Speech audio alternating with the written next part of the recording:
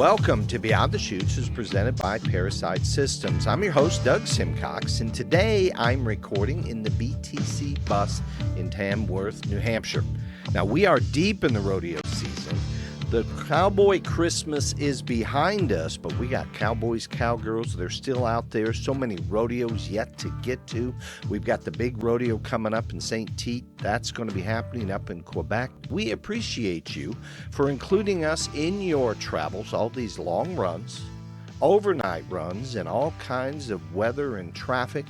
So imagine us sitting in your passenger seat, along for the ride. Imagine our guest, Merrily Steffen, sitting to your right, and her job is to keep you entertained and awake. So be safe. Eyes up if you're driving a big rig. Get plenty of braking distance and watch for those crazy cars that seem to want to pass you on the right side as you move over to give space on an on-ramp. And as Robbie Hodges says, you've got 65 feet of rolling death, so be careful out there. And we hope this episode will help the miles pass a bit easier. And as I said, today we've got a guest from Heiko, Texas. Please welcome to our show, Miss Merrily Steffen. Marilee, how are you today? I am just fine, Doug. Thank you for calling. Well, welcome, and thank you for being on our show.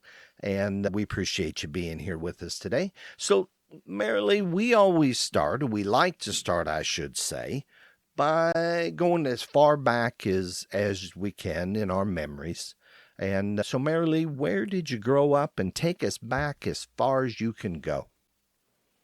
I grew up in Wheeling, Illinois, which is a small town when I was growing up, and it's very large now. Always loved horses, always wanted a horse. And of course, my mother said, if you want a horse, you have to get a job and pay for it yourself, which I did, and purchased my first horse and just went on from there. I've always loved horses ever since I was a little kid. And how old were you when you bought your first horse? I was 20 years old. Okay. So you'd been out and about, you'd gotten a job. What were you doing for a living at that point, Marilee? I was a hairdresser. Okay. And what attracted you to horses? Why horses? Just a fantasy I always had. As a little kid, I always wanted a little pony that was a chocolate colored with a flaxen mane and tail, and that was my dream. So when I got a job and saved my money, I was going to California on a vacation and happened to drive by a stable, and there was my first horse, and there went my dream of going to California. So never got there yet. Okay. So let me back up. Where was the stable? Where was it located? It was just outside of Wheeling, out in the country. Okay. So right close to the house. And what was the name of the horse you bought? And maybe describe your horse. She was a little cow pony from Nebraska, and she was black and white paint, and I named her Misty. Okay. And how old was Misty? Excuse me. How old was Misty when you got her? She was probably about 15. Okay. And you had taken riding lessons before, or? Yes. You had? Okay. At the place where I bought her, I had taken riding lessons and happened to catch her, to see her, and I went, oh, she's so beautiful. Is she for sale? And of course, she was for sale, and there went my California money. Okay. I bought me Misty instead. Bought you Misty instead. And do you remember what you paid for her? $300. Okay. And in those days, what year would this have been? Well, let's see, 69, probably, if I was 20, it was probably about 65. 1965. Right. And $300 would have gotten you to California and back, wouldn't it? Oh, yes, it would have been a wonderful trip, and I always wanted to go. It was go west, young man, is what they said. Absolutely. So you get Misty, 15 years old, and what you were riding her at the stable. What talk a little bit about what you used her for. I went every day. I never missed a day because that was my dream. And the stable was just maybe 5 miles down the road, and I could go every day, morning, either in the morning or in the evening. And we just rode around the farm and out it was farm country. I could ride her up and down the roads. And then I kind of got interested in showing her and halter because she was very well built. She wasn't much of a pleasure to ride. She was pretty fast, being a little old cow pony. And that just kind of went on from there. Okay, so halter classes. Did you ever game her? Barrels, poles, flags, or anything like that? No, just pleasure riding. Just pleasure riding. Okay. Mm-hmm. And then how long did you have Misty and how did, a little bit of progression there?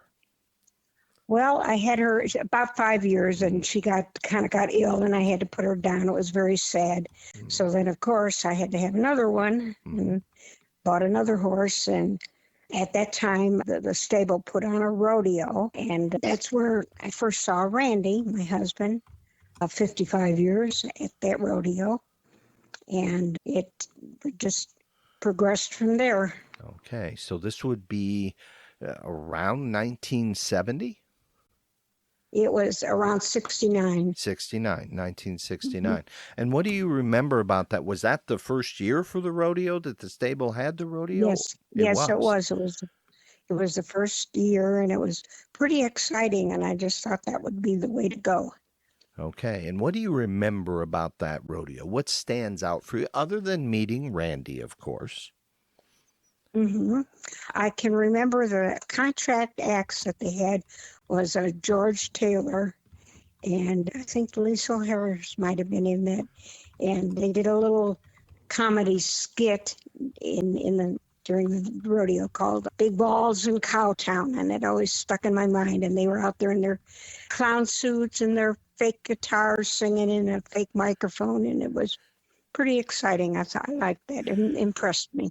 That impressed you. And so the contract acts caught your eye.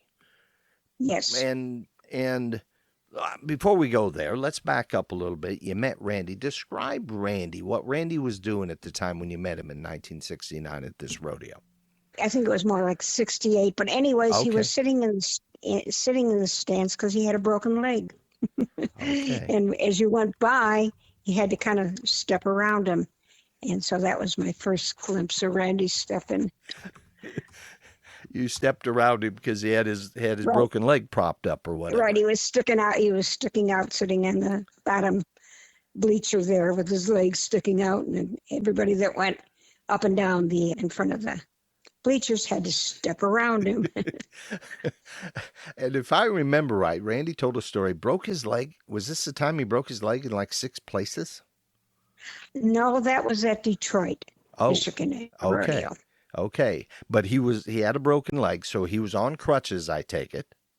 Right. And how had he injured himself at this point? He was working for the city of Lake Forest, trimming trees, and they trimmed a tree, and it fell and caught him from behind and broke his leg. Oh my goodness. Yeah. Okay. All right. So you and did you say, hey, can you move? It's hard to get around you. Right. Excuse me. Yeah. Did you introduce yourself at that point, or did he introduce himself? No, I just kind of walked right on by. Okay. And that was my first glimpse of Randy. Okay. And then we used to, of course, they had cutting horses practice once a week at a stable further down the road at Farmington Stables, and 2 of my girlfriends and we would go and watch, and there was Randy riding his big buckskin horse, and he had gotten to the practice that night and somehow forgotten his saddle, and he asked if he could borrow mine, and I never had been formally introduced to him, and I said, I don't know if I want to let you have my saddle. He says, I'll give it right back, so that was funny. Yeah. You were worried he might take off with it. Right. And because I had worked hard to buy that saddle so I could ride my horse. Yeah. Yeah. And at this point he was riding buck. He talked a little bit about the big buckskin, and he was doing some cutting competition at that point. So Farmington wasn't so far away from Wheeling. No. And then It was how? kind of like a couple towns over. Okay. And how far was your town from where Randy was living at the time? Oh, Wheeling to Lake Forest was probably maybe a 30-minute drive, Oh, okay. depending. Yeah, it's Okay. all. Back then, it used to be country, which it is no more. Yeah. Okay. So after you saw him and you lent him his saddle, you lent him your saddle. Did he give his saddle? Did he give your saddle right back to you? Oh, yes, he did. Okay. So all was safe and all was good. And then yeah, step us through a little bit further. Well, my girlfriends and I, we all had horses and we'd go to horse shows. And Randy was working for a man and showing his horses. And that's kind of, you'd see him at the different horse shows. And we kind of struck up a friendly conversation at that point. And he asked me out on a date. And I went, oh, okay. You like horses? I guess you're all right. Yeah, yeah. That would be the first check, wouldn't it? First test. Right, You definitely. bet. And did his horse like him is another check, I think. Yeah, right. His buckskin horse was pretty awesome. Mm-hmm. Anybody that ever knew him or saw him ridden, he was very impressed. He was an awesome horse. Okay. So you go on your first date and it takes off from there. Right. And then we got married 6 months later. Okay. Yeah. And he was already involved in rodeo. You weren't involved in rodeo at this point. No, at that point, no. Okay. All I wanted to do was show my horse. Yeah. Ride my horse every day. And I mean, I went every day, rain or snow or hot, because the stable was only a little, not too far away. And I'd go and every night. Yeah. Ride my horse after work. Now this was on the second horse. And the first horse you were doing halter classes. How were you showing this second horse? And what's the name of your second horse? I had bought a little Palomino mare. She was a Poco bred horse, and I was going to pleasure ride her in bareback classes. And Randy had a friend that was into Appaloosa horses, raised and trained Appaloosa horses. And he says, well, you ride your little Palomino mare bareback. Why don't you ride this? At that time, he was showing a stud horse called Honey Toe that won everything in Northern Illinois and all over. It was a huge success, and I would ride him in the bareback classes for him. Oh, wow. Okay. So Randy was showing for an owner. Yeah. And all kinds of classes, and then you had an opportunity to ride his horse in the bareback classes. Right. And what do you remember about that stud horse? How automatic he was. I mean, he was such a gentleman. You could walk, when the announcer would say, walk your horses or trot your horses, or he'd say lope, and he'd just pop off automatically. It was really automatic horse, and he was so handsome. He did a lot of winning. And how far afield were you guys going at this point? How far were you traveling for the horse show circuit? Oh, probably all of Northern Illinois and Southern Wisconsin. Okay. And something going on all the time? Pardon? Some show somewhere all through the summer? Right. And of course, when the fall came and the snow came, that ended up the show season outdoors in the area that I lived. Mm-hmm. And what came next then? Well, after we got married, I still continued to work, and Randy was showing horses and entering rodeos on the weekends, and some of them I could go to, and some of them I couldn't because of having to work. And it just evolved from there. And when he got a job picking up, he did. I would go with him and help him saddle his pickup horses and cool them out when he'd come out of the arena and they'd be hot and blowing, and I'd take them for a walk, cool them down. And he says, well, you ought to do something out here.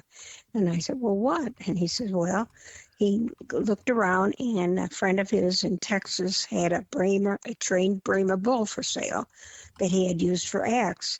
So we went down to Texas on a very hot day. I could still remember how hot it was. Oof. And the man put the bull through the paces, and we liked him, and we bought him and took him home. And then that's when, at that time, Thurl Ladding hired us. Randy was working for him, and the bull's name was Jambalaya, and he did amazing. You could ride him. He would figure eight. He would take a bow. He'd lie down. He also would kneel down and crawl on his knees, and then he'd put his head on the ground, and then you could set it between his horns. He had huge horns on him. So that's what we used him all that year. And then he jumped through the fire. Wow. He was good. Yeah. And easy to handle and everything on the ground okay? Oh yeah, definitely. You could ride him with a bridle, and he was very gentle. He was older. Yeah. He was an old bull, and he'd done it a lot. The man in Texas had showed him a lot. Okay. So he was pretty foolproof. Oh, so he understood the crowds and the travel and Oh yeah, standing by the trailer and all kinds of things. Right. Oh yeah, definitely. And how long was this act? And did you have music behind it? Oh sure. You have to choreograph everything. You had certain music, and you had a script that you gave the announcer, and with each trick that you did, he would elaborate on it. And he was good at that. We just used him. Then I became pregnant with my son Wade, and we were working indoor rodeos for Steve Gander. And the last rodeo that I couldn't work, Randy had to take in Showman Cedar Rapids at the Four Seasons Event Center there. And it was the only time he ever did a contract act. He said that was it. He was finished with it. So that was the last time we used Jambalaya. Oh, wow. And then we had to go on, figure out something different for the next year, which you always try to do. Mm-hmm. And what was the act that followed Jambalaya? We had purchased a little white paint mare that was pure white. She had one brown ear. And we trained her to do the things that Jambalaya did. Jump the fire, and, the riding and the bowing. And she would give you big kisses. She'd swing her head around and give you a big hug. And of course, she jumped through the fire. So we used that act. Of course, you're always thinking, well, what next? Mm-hmm. And during that time, I had been raising border collies. And Randy said, well, why don't you use that? So we worked up an act where we used the two border collies and a small herd of sheep, and we put them through obstacles and gates and things like that. And then he said, well, let's spice it up and add a couple of little monkeys. So we did. We got some little monkeys, and I did that act for probably about 20 years. Oh, my. I think I went through 8 different sets of dogs, because after a couple of years, the dogs kind of, it's just a tough thing to carry a little 10-pound monkey on your back and run like crazy. The crowds loved it. Yeah. We called it Cisco and Poncho, the world's smallest cowboys. And 10-pound monkeys. What kind of monkeys were they? They're Capuchins. Mm-hmm. And difficult to handle or train the monkeys? These I could handle them. Anybody else, it would be, a different story. The male, Cisco, was better than the female, Poncho. She was a little funny. We'd get ready to run her in the act when they would call you, and I'd put a little towel over her head because she was a little crowd shy, but she didn't like all the things going on in the background, and that kept her quiet. And she'd hold my hand. She was really. It was sad. I had them both a long time. Cisco was 48 when he passed away, and Poncho was 32 when she died. So they become like family. Yeah. Yeah. And easy to travel with and everything? I'll for the first thing you concern when you travel is always, are the animals comfortable? Hmm. And many times they rode in the back seat of the truck in crates so Okay. that they would, if it was hot out or cold out, you can't, they're New World monkeys and they don't take the cold very, very good. So I was always concerned that they would be warm. Yeah. And connected to you as you traveled. I'm sure they appreciated that too. Oh, And yeah. the two monkeys, did you just have the two that you worked over the 20-year period? Those two I did. Yes. I had several other younger ones, but I never advanced them to that point. Yeah. So talk a little bit about how you train a monkey. Number one, you put clothes on them, you dress them up a bit. Mhm. And number two, you put them on the back of a horse. On the So back of the dog. I'm sorry. Yeah, I'm Yeah, the sorry, on dog. the back of the Yeah. dog. So talk a little bit about that. How do you train them? Well, Randy had built little saddles that would fit on the dogs, and he worked. It was quite the deal. He worked them and reworked it and reworked until he got it just right. And then he had a little roll bar on the front of it, so that if occasionally a dog would fall or slip, so that the monkey wouldn't get squished. Mhm. And they had a collar on the monkey, and then I would snap it to the roll bar, and Oh, okay. to make sure that they didn't get scared and run off. Yeah. And they were really good. They were really good. They know how to sit up there, and they know they'd hang onto that roll bar and just like a steering wheel. It was because the dogs were running fast and turning and doing a lot of things like that. Very neat. And you were showing the dogs at the same time in competitions, herding Yes, competitions? yes, uh-huh. I went to a couple of years. I made it to the finals. And one year we went to Fort Stockton, Texas, which was a long ride from Illinois. It was 1,420 miles. It was huge. I didn't think we'd ever get there. And then I've been to the finals in Colorado, Meeker, and these are dogs from all over the country, would Mhm, come. mhm. And I had a pair of young dogs who were really, really good. And you trained them, Marilee, from the beginning to the end? Yes. And so what are some of the commands? And maybe before we do that, let's back up. What would a competition look like? Meaning, Well, how's it set up, and what would they expect you to do with the dogs? okay, the first thing you would need a large open field, Hmm. and would have different distances. The furthest one would probably be 450 yards, which is almost a half a mile, really.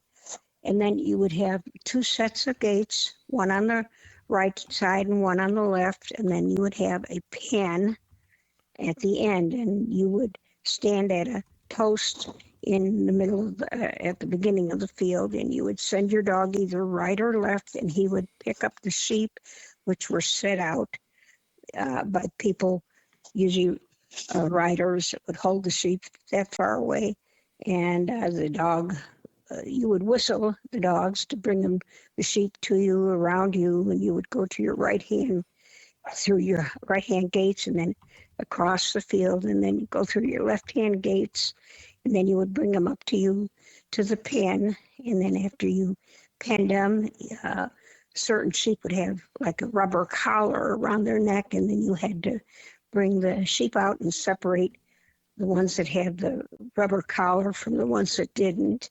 And then that was the end of it. And then you had usually about 15 minutes, and the judge would be judging you on every obstacle. You get so many points, and that's how you were judged in Wow. the highest. It was very competitive, very, very competitive from people all over the United States. And there were several gentlemen from across the pond, as they called it. And yeah, and the dogs, it was a lot of fun. It was a game. It was a chess game out there, And the straight lines, it's like barrel racing. Straight lines get you through the things, and every deviation from the straight line, you would be deduction of points. So if you did everything right, you got the highest score. Wow. Okay. Okay. So straight lines to get maximum points.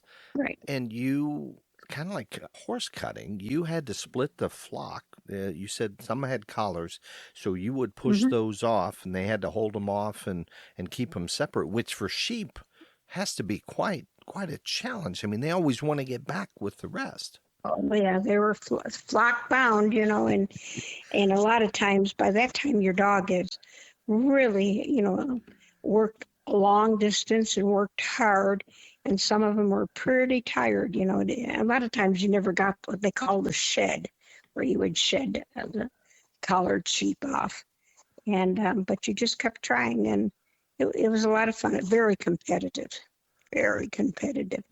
and a lot of camaraderie between the handlers. Everybody knew everybody and knew their dogs, and it's very interesting. And the breeding of the dogs, you were working with border collies, Yes, only border collies, only border. and I'm sure people will disagree with you, but to be competitive in that scene that I just described to you, border collies are really the only dogs that are capable of doing that. And Okay. they've been bred for centuries over in England and Scotland and Wales, and they're just it's hereditary. Okay. And you were raising pups and you were bringing them up and campaigning them. Were you training them all the way through? Yes, huh? Okay.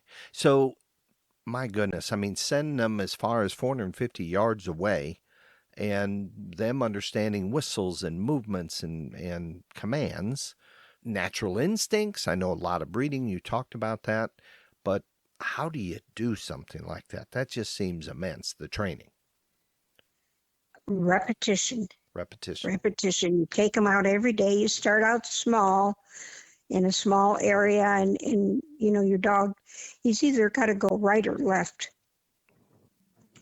in a circle around them, Okay. or right through the middle of them, which you don't want. And their instinct is to bring them to you. Okay. That is, they've been instinctively bred to gather up something, whatever it might be, and bring it back to you, the handler. Hmm. And the disposition of a good working dog?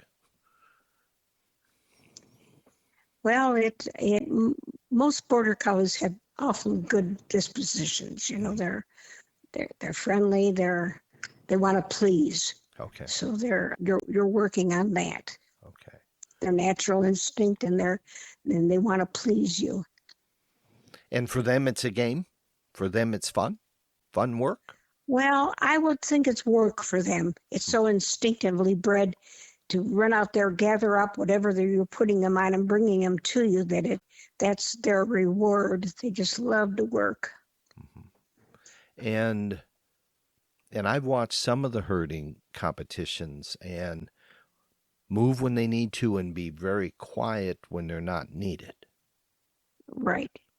There's just a handful of commands that you put on a border collie, and when you say lie down and stay, they should do that until you give them the next command. Okay. Okay. And you were competing with these. I mean, how many shows a year might you do to get qualified and get to the nationals? Well, back then there were not as many competitions as there are now, Hmm. but you would go all summer long and hopefully every weekend. In the Northwest is where Indiana, Michigan, Wisconsin, Illinois had enough shows that you could accumulate points to go to the nationals. Oh wow! Oh wow! Okay, and always sheep. Always sheep, right? Okay, oh, and I've seen some competitions where they might have geese or ducks. I guess I've seen that, but Yeah, they can have that, but I never liked to do that much because it taught a dog to come in so close. Oh, it did. Too tight, too tight. Oh, If okay. you're working a herd of geese, dog has got to work tight. Where when you work a herd of sheep, you want them off, you know, Hmm. as far as possible. Okay. Okay. So at this point, you're showing dogs. You've got your act going with your two monkeys, Poncho, Hmm. Cisco and Poncho, and so you're doing rodeo. You're doing acts. You're raising a small child, Wade, at this point, Yes, and how many? I mean, you're somewhere every weekend, either a competition or a rodeo or something's going on. It sounds like. yes. Okay. Kept you busy. Kept you busy. And any other acts or what came along with or after Cisco and Poncho, the monkeys and the dogs? Okay. They endured a long time Hmm. because the crowds really liked them. So the contractors that I worked for, Farrell, he always said, and always bring the dogs and monkeys because it was a good crowd pleaser. Hmm. And then I would have another act. I've had different horses. I had a big saddlebred paint horse that did dance tricks. You would ride him and he did different maneuvers. Hmm. And then I had several horses, or a horse, a big paint that I worked at on the ground, and he did different tricks. And then I had one real pretty black and white horse that I drove, and he did tricks with driving. So you always working. And then back when we had Candy Kisses, the white horse, after a while, Randy said, well, why don't you try roaming riding? And I went, oh, Randy, I've never did roaming riding. So it was winter time and we had a lot of snow in Illinois.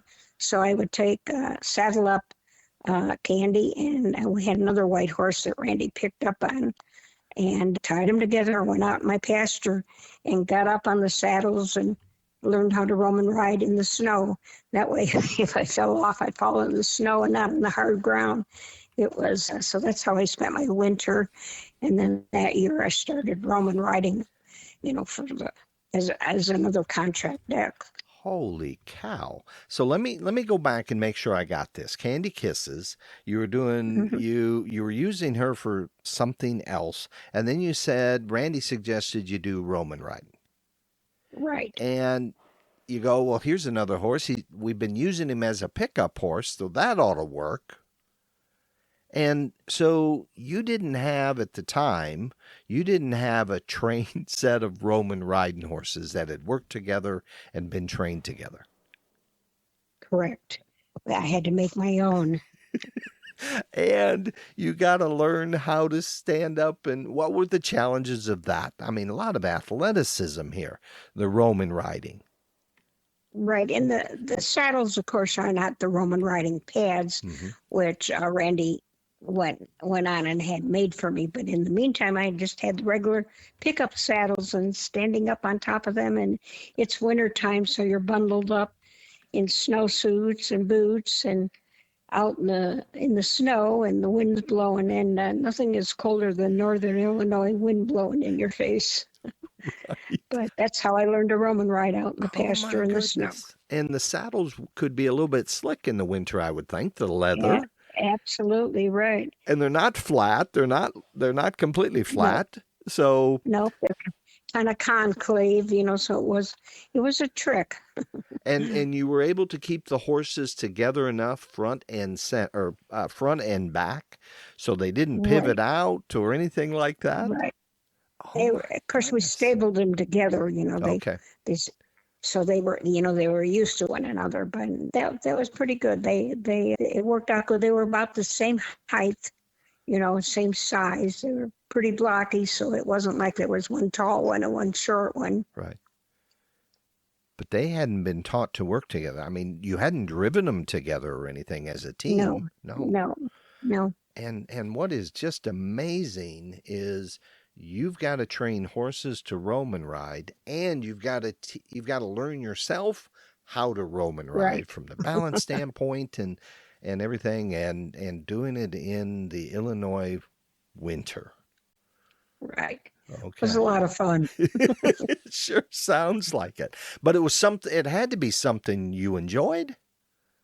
Right. And you had to do it. If you were going to perform, it had to be done right. Hmm. So, you just had all winter to practice out there, be ready for the first show season, to get started again. You bet. You bet. So you were always working on acts. Right. Always had your mind open for something that might come along that you might be able to perform in the rodeo Right. arena.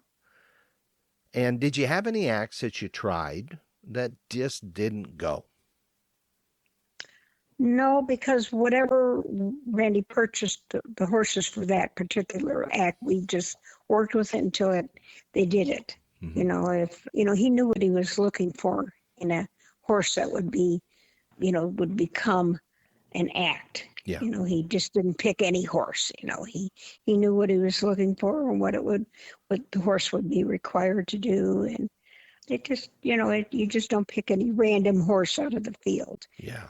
First of all, you want something with color. That's because that's what everything is about, showmanship out there, color wise, and of course then your costumes have to complement that. I made all my own costumes, so for each act you had to have a different color, different scheme, different costume. Yeah. And you made those yourselves. My goodness. Yes. And then you generate a script, something the announcer could follow along with and work with. Music. So when you get Right. to a Yeah. show, there's more than just rolling in saying it's time for my act. There's Hmm. preparation. Talk a little bit about what Definitely. that preparation was on a Well, given. you had to get with the announcer Mhm. and go over the script and describe everything, because after all, we all know the announcers are our lifeblood out there. They can make or break you out there in an Mhm. act. Mhm. And so that you get with the announcer, and then you have your music, your cassettes, and then you go over the music with the person that's playing it. So you want something played at each particular trick or whatever you're doing. And that's pretty, and then of course you had to line up people that would help with the props because, I had a pedestal for at that time, the different horses would get on and do the end of the trail or get on and rear up on. And so you had to line up people that would be there for you when they say you're on, you got to have your props out there ready. And then they had the same person that would have to collect them and bring them out so they could go on with the next event.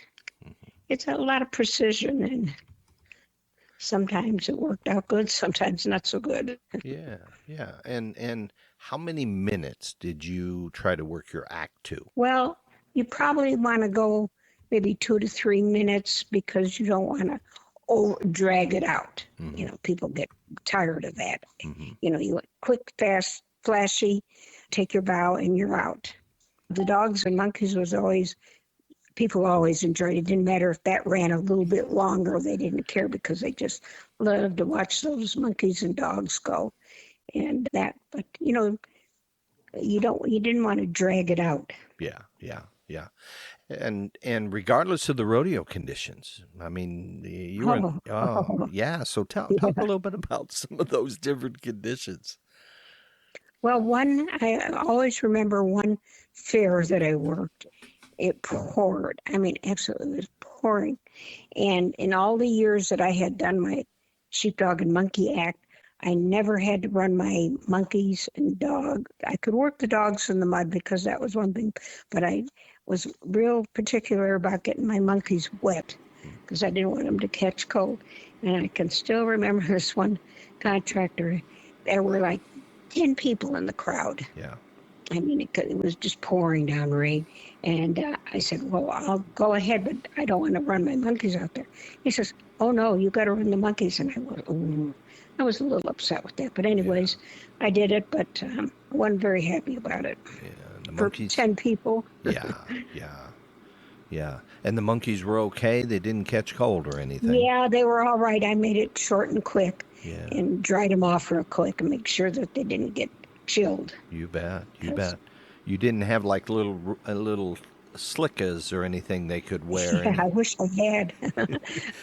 They had their costumes on, Yeah. which Yeah. prevented, helped some with some protection, but definitely not a slicker.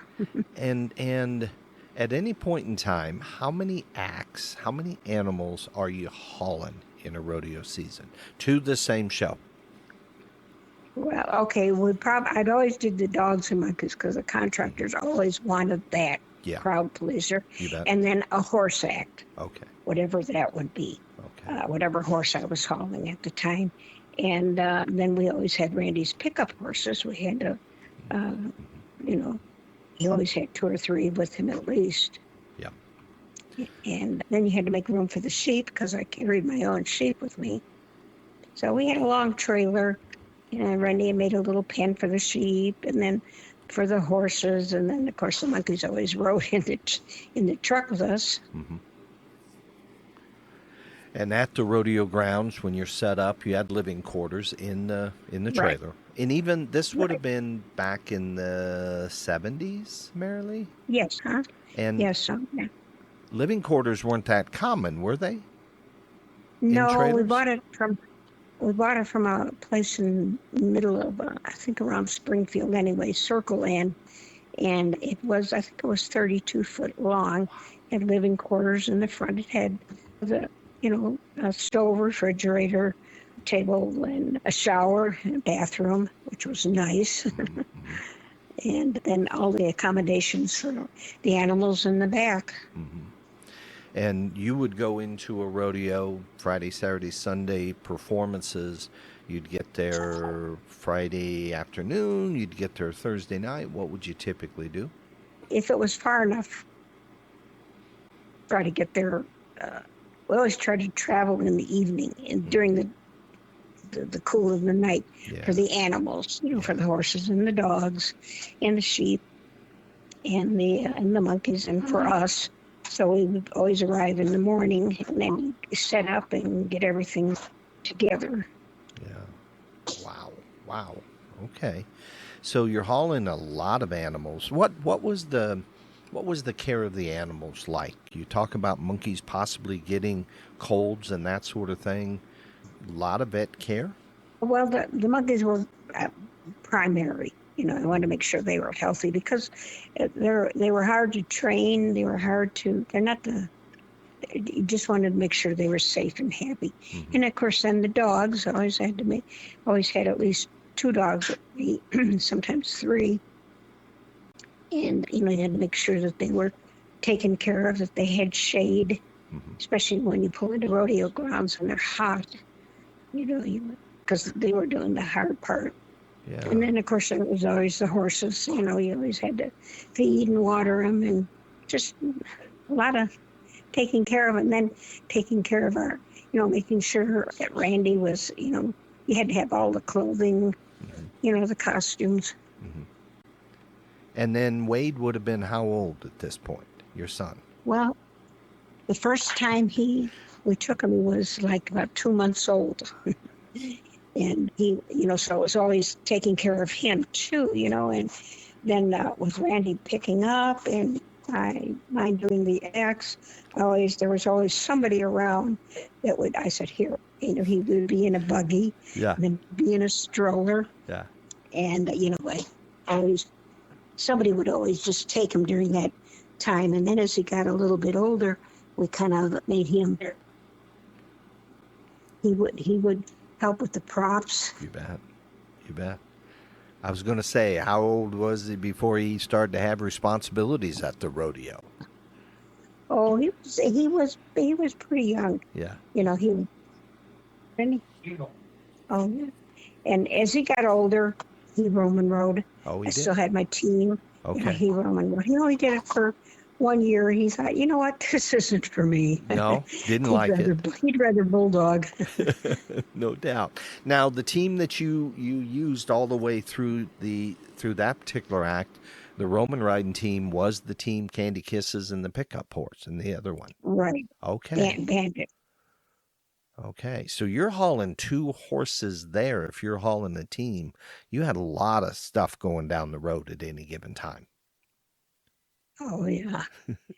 And of course, the further you went, we always traveled at night so that it would be cooler for the horses. But if you were traveling during the day, I can remember one trip we went out east, took us 36 hours of driving. It was unreal. Holy cow. How far Yeah, east? so My goodness. you got to stop and you got to, water them and feed them and exercise them.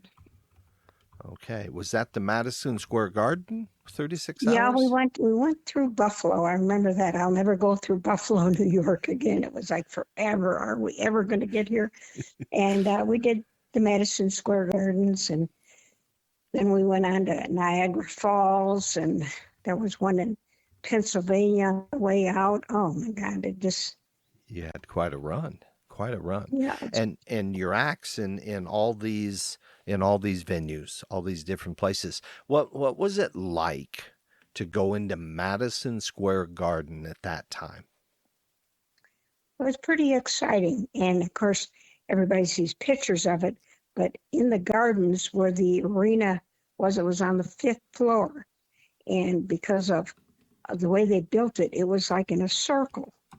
You went like a spiral going up to the fifth floor, and it really drove our big 32-foot trailer. And on the fifth floor, the accommodations for the horses and trailers, they were like 20 foot apart, the big stone pillars. It was amazing that he could maneuver that truck and trailer around. But then the sheep started out at the bottom, and we were herding them up, and there were these doorways on every floor, and the sheep would run in there. People would have to chase them out, and we continue on the spiral up until we got to the top of the fifth floor where the rodeo was. Okay. There So was a lot of for each show, you had to bring them up. no. No. Once we got up there, we were able to keep them Oh, you were? in the arena. Okay. Okay. And how many days or how many shows did you do in the Madison Square Garden at that time?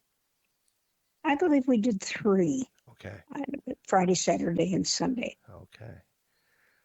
Wow. That is very And impressive. it was the first rodeo that they had in Madison Square Garden since back in might been in the, I don't know if it was the 30s or the 40s, back in the Turtle. Oh, really? They hadn't had one in a long time. Okay. Our, Okay. Steve had got it put together. He worked really hard. He was a tremendous promoter. Yeah, and that was World's Toughest Rodeo then. Right. Okay. Okay. And when you talk about going to Cedar Rapids, Iowa, and some of these other places, those were all World's Toughest at that time also. Right. Okay. Niagara Falls, and there was one in Pennsylvania. I can't think of it. It started with a D then. Can't remember the name, but anyways. Okay. And World's Toughest and Ladding, you've mentioned them. What other rodeo companies were you working for at that time, Marilee? Well, I worked for Delane Long for him, and did a couple for Preston Folks. Trying to think. Who? Oh, and Jim Sears. Oh, wow. Okay. Okay. Yep. He was out in Iowa, I believe. Right. And Joe Simon. Oh, yeah. Out of Minnesota, right? Right. Right. And, Joe Simon. and Okay. most of the time I worked, Thurl would book me for the whole year. So it was only the dates that you had available if somebody would call up and say, oh, I'm sorry, I can't make that one. But, most of them I worked for Thurl and Steve. And then the other ones, when I had the openings. You bet. Jim Sutton, I worked a couple of rodeos for him, and Moss Bruckers. Okay. And so Ladding would sign you for the whole year. How many performances or how many weekends would that be? would be just about every weekend, Really? it depended on. One time I went out for Mossbreakers. I went out to South Dakota for 30 days by myself. I Oh, drove the big truck and trailer and dogs and monkeys and horses, and I was gone for 30 days. for 30 days. Oh my Yeah, goodness. And it you was had a lot. It it was a lot. And what time of the year was that? was in the middle of July. July. Okay. Uh-huh. And you went out Mandan. Mandan. Okay. So you went out South Yeah. Dakota with Moss Bruckers. Okay. And good golly, driving and what do you I mean, this is a big rig, 32-foot trailer Yeah. plus a big old Right. truck pulling it. Right. Okay. Think I go forward real good. I'm Yeah. not so good on the backing up on it. That's I a long rig. managed. Right. Right. And during the week when I got out there, there was a photographer, Harold Bugle was his name, and he took a lot of pictures out there. And he says, "Well, you're gonna just stay out here." He says, "Come stay with me in Buffalo," and we'd go and spend the week during the week In at Buffalo, his South place. Dakota. Yeah. Okay. Okay. So you had kind of And a his home base. You weren't living at right rodeo home base. It was grounds or whatever. right. They were nice. He had a boy the young boy that calf rope, and he had a young girl, most athletic girl I ever saw. And she said, "Oh," she said, "I'd love to Roman ride." And I said, "Well, I have my Roman riding pads with me because I always carried them in tack compartment." I said, "I'll show you how if you want to get started." And she got her brother's rope horse, and she had another horse, and we slapped them pads on, and she was a natural at it, and Really? Okay. yeah. And did she go on with it? Yes, she did. I think until she got married, she was young then, might have been before high school. She was quite the girl. Oh my She could really, goodness. Okay. And then I mean, that's a long way. That's a long ways. And I know you went to Texas with World's Toughest and that sort of thing. hmm And then, so building rodeos, of course, Madison Square Garden and all these places. Any finals or any big winter events you would go to? Randy worked finals, Mm-hmm. how many? 7 times. Yeah. And of course, I always went with and Mm-hmm. took Wade. And one year I did the contract acts at Oh, you the did? finals. Okay. Yes. Okay. And And which acts did you work? I took the sheepdog and monkey. Nice. Nice. Okay. They wanted that, and I think Lenore Rowe did the dress act, and so and of course I can still remember. I don't know, the finals is it's so many different contractors and stuff like that. I says, well, guys, I got to have my monkeys in the dressing room here. Oh, they thought that was terrible. I said, well, I got to have them. I Yeah. mean, how can I can't run out to the trailer and dress them and bring them in? So we did that. I only did that one year. It was. There's too much going on there. Yeah. Too many different heads.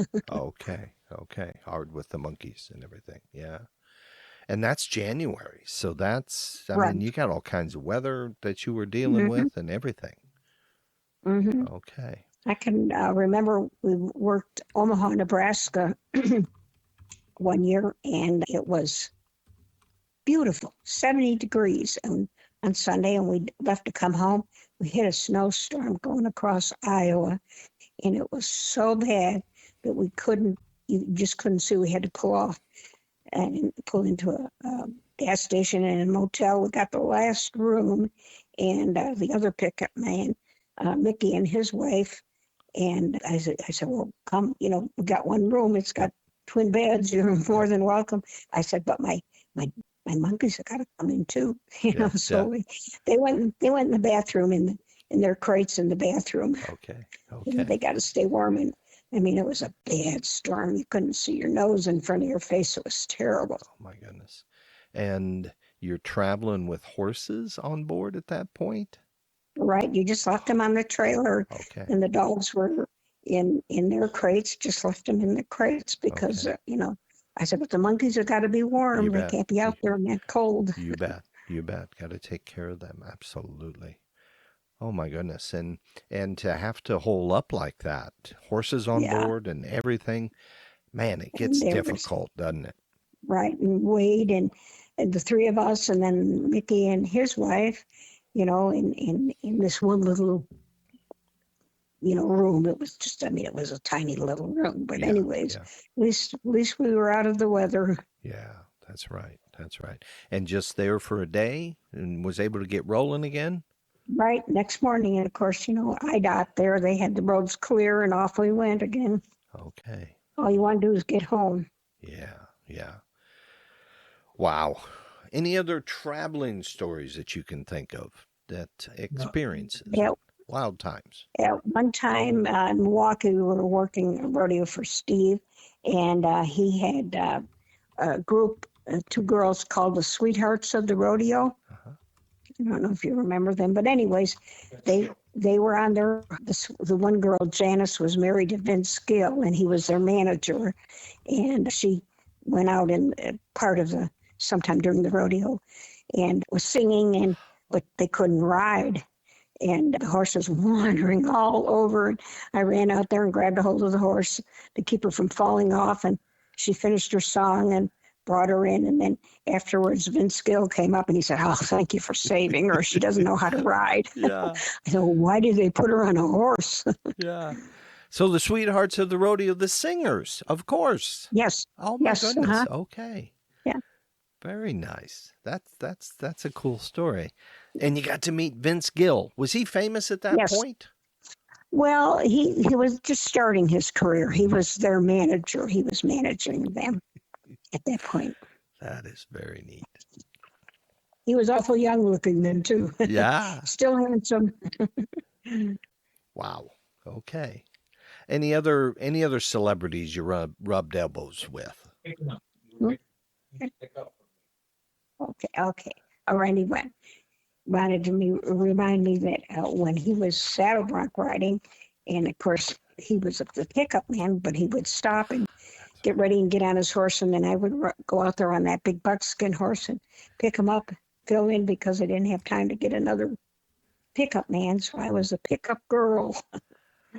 And how was that? That's history making. Was there anybody else, any Well, other women picking up at that point? no, there weren't, and that was my one event. I said, "I'll pick up you, and somebody else you'll have to." I had to pick up Tom Orr one time too, Okay. because he was right after. Wow, that is so neat. And when I just come full circle on this, you don't get a horse till you're 20.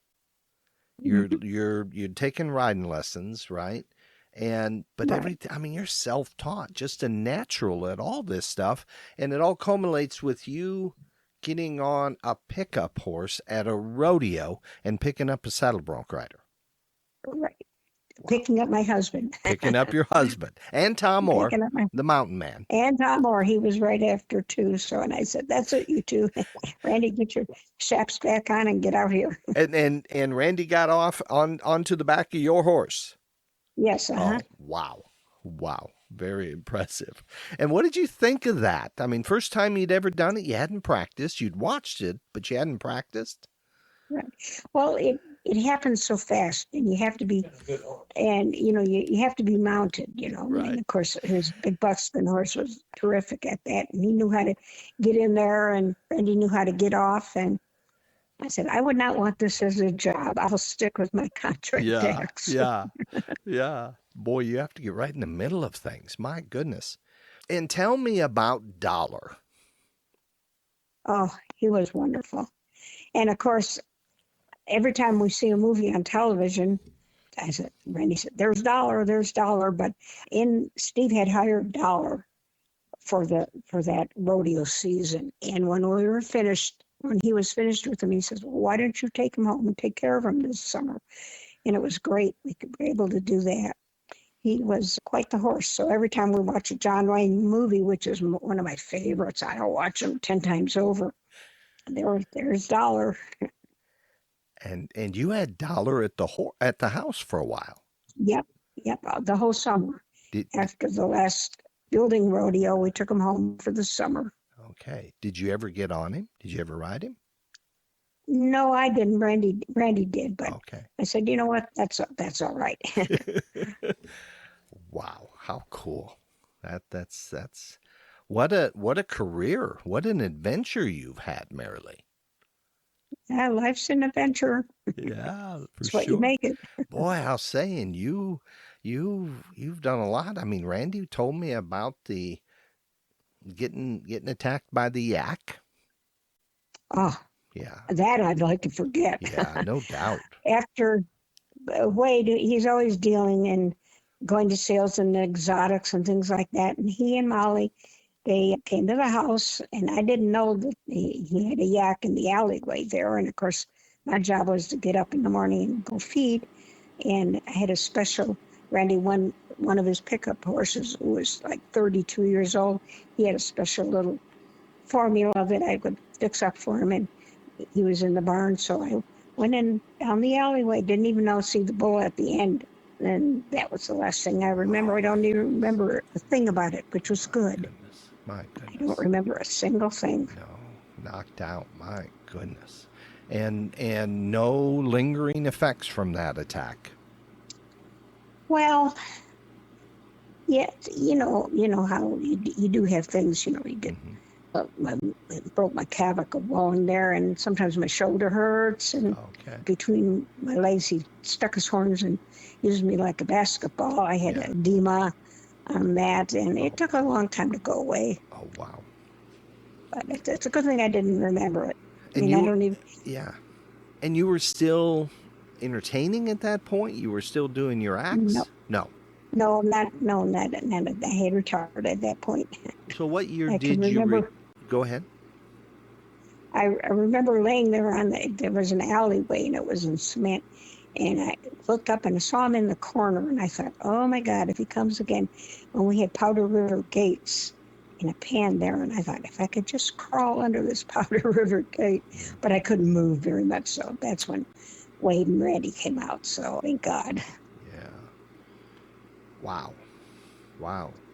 So when did you retire from entertaining? Probably, let's see, after maybe 25 years. So that would put it, yeah. Okay. And you just quit cold turkey? You slowed down? Yeah. How did it go? Well, I just, at the end of the season, I had retired my big black horse, and that was enough. I said, it was coming into winter, so there's plenty of things to keep you busy. And at that time, I was raising border collies, so I always had a lot of dogs to take care of, and Wade was traveling, and just Randy to take care of. And, you just kind of enjoy it. And you said, I'm not booking anymore. You just said that's Right. done. That's it. Okay. And then you still got the border collies, you're still raising border collies. Were you still involved in competition? Did you still compete? If you had a young dog that showed a lot of promise, then I would, compete in them. But usually when you had a young dog that had a lot of promise, somebody would come along and buy him, and then you'd have to start all over again. Yeah. Wow.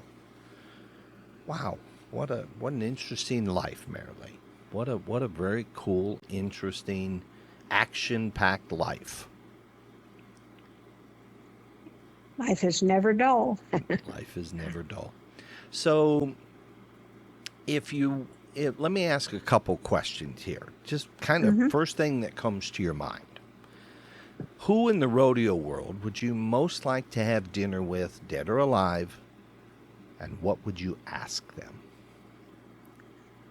Oh, let's see. I would probably like to have maybe Larry Mahan. Okay. I would like to have dinner with Larry Mahan. Yeah. And what would you ask him? How are you doing? How's your wife? Well, he retired. He'd been to the house several times, and he's very gracious, very soft-spoken, very smart man, businessman, but a very gracious person to talk to. Yeah. Great gentleman. That is so neat. So blessed that you got to meet him, got to get to know him. Oh, yes. Yeah. Oh, yes. Another question. What's the best rodeo advice you've ever received, and who gave it to you?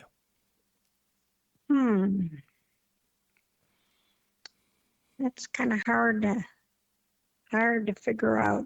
Best rodeo advice. Or best entertaining advice, or best life advice, whatever it Well, might be. Lenore Rowe was always a good person to talk to. She always would encourage you to be a showman. You know, you always try to follow in her footsteps. She was a great entertainer. Yeah. Great lady. Yeah. Another question. What's the most unusual or memorable fan interaction you've had at a rodeo?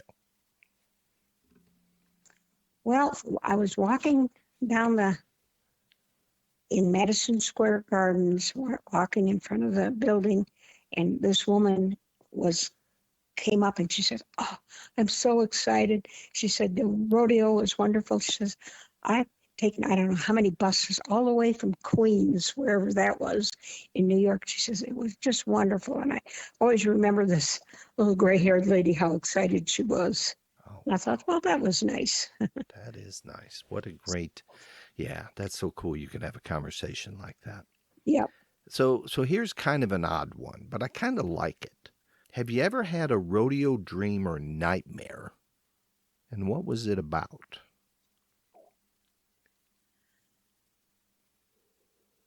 Nightmare. I had a nightmare happen on the road going to Angola in Indiana one year. We were driven through the night and stopped at a stop at one of the roadway. We could get gas and donuts and things like that. And I remember this couple in front of us, Asian couple, and their two teenage boys. And we got in our truck and they left and we're driving down the road. And I said, "Randy, I'm really tired. Your turn to take over." So we pulled off and I got out. And I was going to go in the back and feed the monkeys a couple of grapes so that they wouldn't get dehydrated.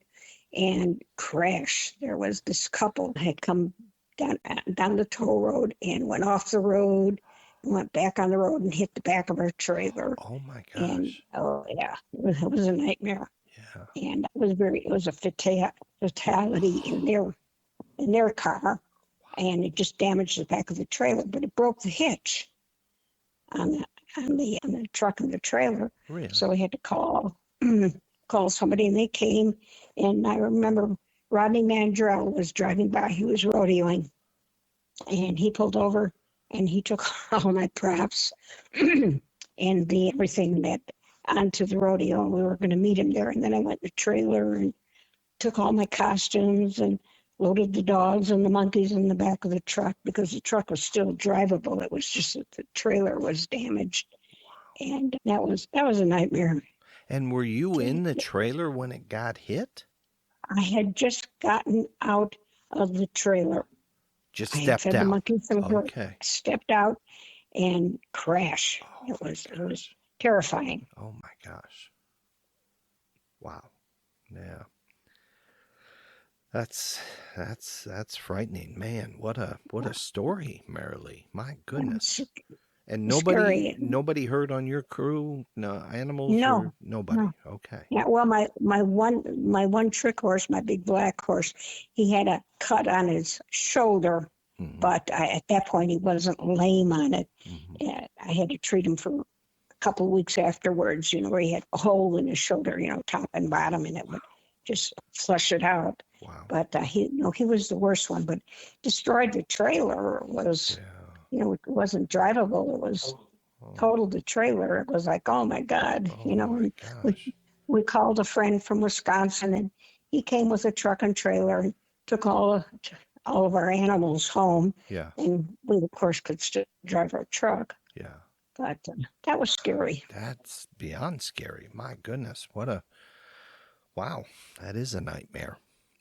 So we've covered a lot of ground today. What haven't we talked about? Anything come to mind?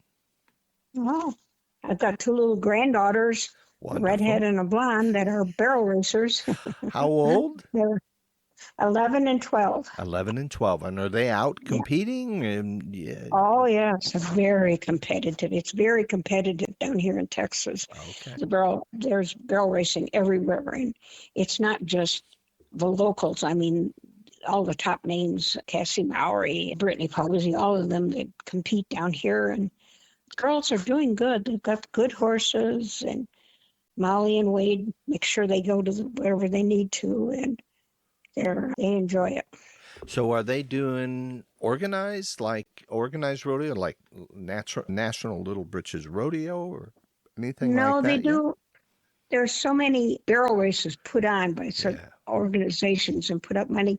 Although the Dublin Rodeo was last weekend, and she competed in that, and she was fifth on Friday. Oh, wow. And there's so many rodeos in this area. It's unbelievable. Yeah. So many barrel racing, so many big places.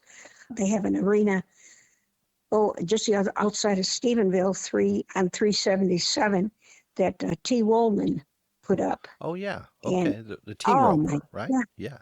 Oh, yeah. And I mean to tell you, it's 700 foot long, all covered. Unbelievable. They get so many barrel racers, hundreds of them, Wow. And that's a lot of work to be a barrel racer. I mean, working up the horses through the week and the hauling and just everything involved. Yeah. Yep. And they're enjoying it. They enjoy it. Okay. The little redhead Kaylee, she's got a little herd of mini ponies that she keeps out back behind the house here in a small pasture. She comes over every day and messes with her ponies. Okay. It's got ponies. How neat. So growing up in the horse world, that's perfect. Absolutely. Yeah. So what advice would you give maybe to your granddaughters? Maybe they get a little bit older and they want to break out, or they want to go travel, whatever the case may be, acts or whatever. What advice would you give them?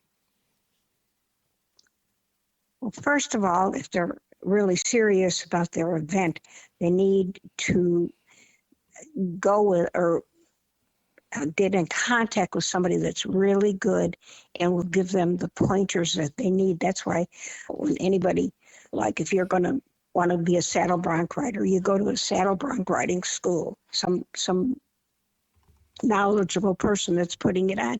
The same with bareback, the same with barrel racing, anything, calf roping, anything that you want to be good at, you go to the best that you are capable of attending and learn from them. Okay.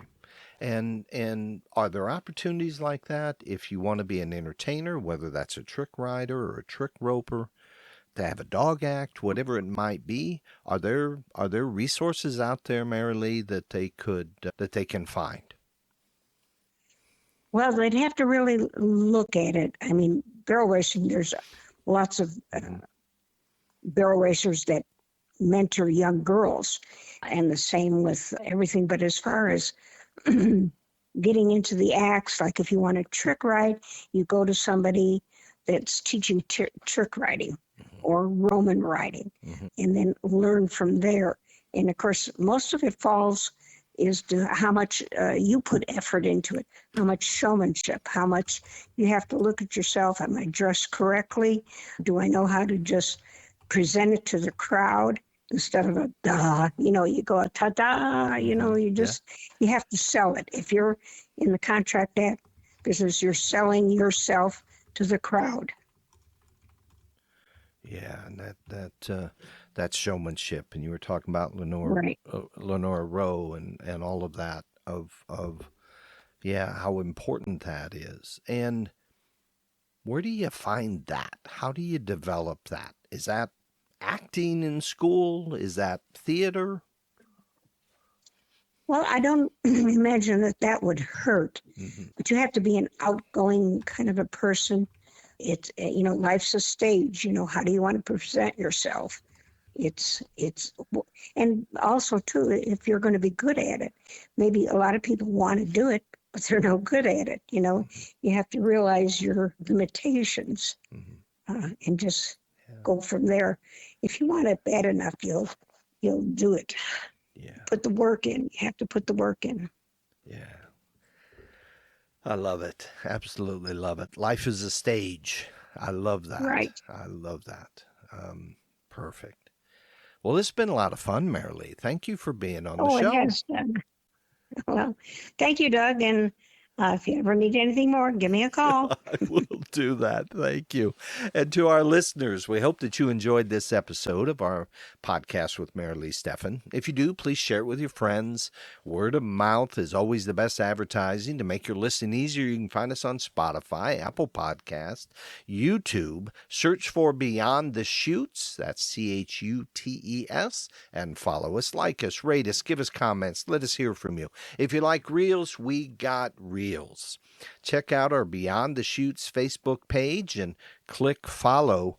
And we'd like to say thank you to Parasite Systems for their support with our podcast. Parasite System is a push-button parasitic diagnostic systems for your pasture animals, your horses, cattle, goats, sheep, chicken, maybe for your yaks, and for your companion animals, your dogs and your cats, your border collies, and so forth. And keep your horses and your dogs in top condition. Remember, the miles you are driving, they are riding behind you in that trailer, and you can find them at parasitesystems.com. That's para, S-I-G-H-T, systems.com.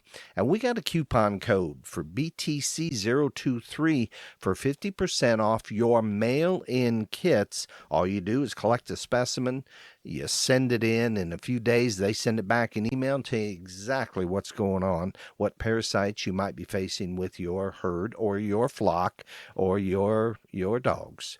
And I listen to a lot of podcasts about a lot of subjects, rodeo, racing, you name it, I'm in it. I want to encourage you to listen to a great rodeo podcast. It's called Rodeo Roots Podcast. Rob and Danagan and Blue Jeans, the announcer, they're recording some great interviews, capturing a lot of great history, and you can find them also on the major streaming platforms. That's Rodeo Roots Podcast. And a big thank you to the IRA Project Facebook group for all their help and guidance. Tim Sparks and Marlon Harris, we thank you. You've been such a great help in getting us connected with the rodeo greats of the International Professional Rodeo Association. This is Beyond the Chutes with Merrily Steffen.